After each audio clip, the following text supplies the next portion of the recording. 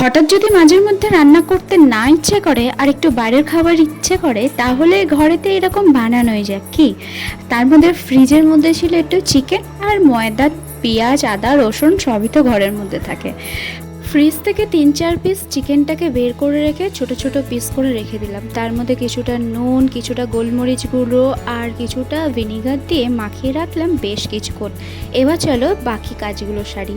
পেঁয়াজ, আদা, রসুন ছোট ছোট করে কেটে সেটাকে ভালো করে এবার পেস্ট বানিয়ে নেব। পেস্টটাকে রেখে দিলাম আলাদা করে।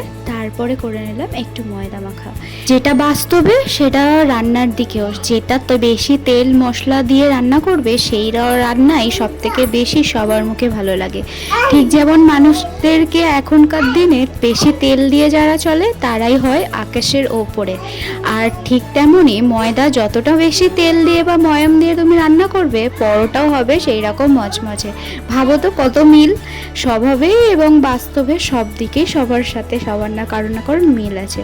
এই দিকে চলো, ময়দা মাখা তো হয়ে গিয়েছে, সাইডে রেখে দিয়েছি। তারপরে পেঁয়াজটাকে দিয়ে ভালো করে কষিয়ে, মানে পেঁয়াজ আদা রসুনের যে পেস্টটা বানিয়েছিলাম সেটা দিয়ে এবার তেল দিয়ে ভালো করে কষিয়ে তারপরে চিকেনগুলো দিয়ে তারপরে একে একে সমস্ত মশলা, নুন, হলুদ, একটু জিরে ধনে গুঁড়ো দিয়ে চিকেনের যে কুচি কুচি করে রাখা ছিল সেটা ভালো করে কষিয়ে নেব মাংসর মতো।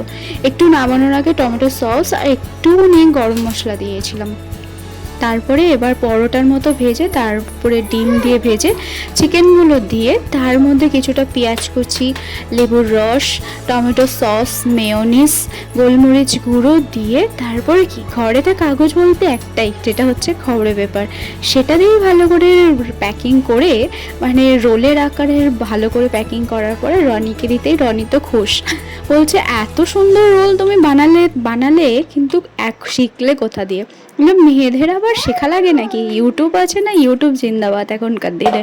চলো আমি তো এবার আমার চিকেন রোলটা মজা করি, আর তোমরা জানিও কেমন লাগলো।